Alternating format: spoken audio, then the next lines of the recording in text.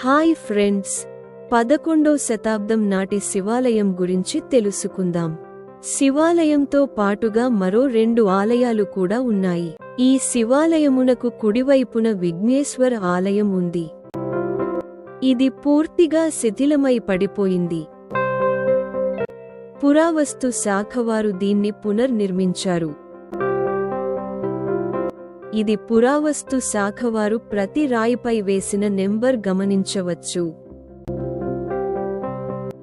ప్రాచీన శిల్ప కళలకు నిదర్శనంగా ఈ విగ్రహంలు కనిపిస్తాయి.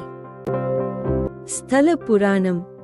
ఒకనాడు ఇంద్రుని కుమారుడు జయంతుడు అసురులపై యుద్ధానికి వెళుతూ ఈ స్వామివారిని పూజించి వెళ్లి యుద్ధంలో విజయం సాధించారని, అప్పటినుండి ఈ ఊరు పేరు జయంతుగాను, కాలక్రమంలో జయతిగాను మార్పు చెందిందని కథనం.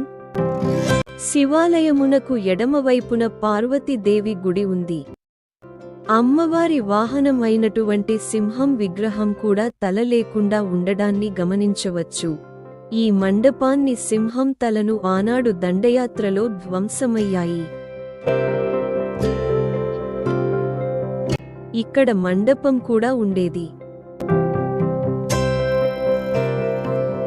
ఈ గుడిపై ఉన్న శిల్పాలు అన్నీ ఒకే రకంగా ఒకే రూపంతో ఉండడం చూడవచ్చు. తురస్కుల దండయాత్రలో ఈ ఆలయం ధ్వంసం అయింది. ఎక్కడ ఉంది? ఆంధ్రప్రదేశ్ రాష్ట్రం, విజయనగరం జిల్లా, మెంటాడ మండలం, జయతి గ్రామం.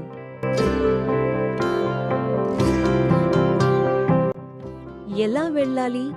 విజయనగరం బస్టాండ్ నుండి మరియు గజపతినగరం బస్టాండ్ నుండి బస్సు సౌకర్యం కలదు.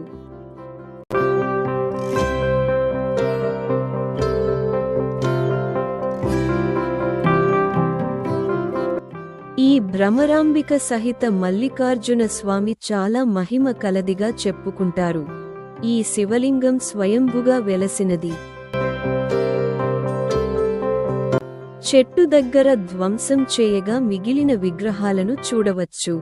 శివాలయం లోపలికి వెళ్ళగా ముందుగా మనకు 16 చేతుల నటరాజ విగ్రహం, మహిషాసుర మర్దిని విగ్రహం దర్శనం ఇస్తాయి.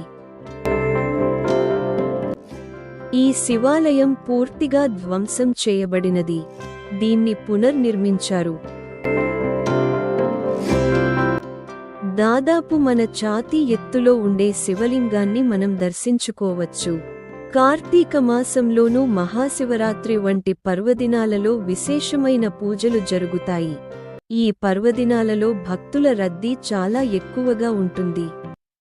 శివాలయం ప్రక్కనే గ్రామస్తులు మరియు దాతలు కలిసి కోనేరు నిర్మాణం చేశారు.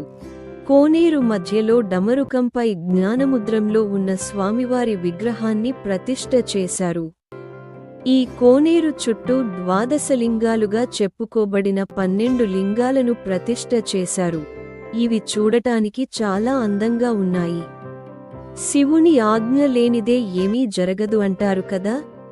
ఈరోజు శివుని ఆజ్ఞతో మేము దర్శించుకున్నాం.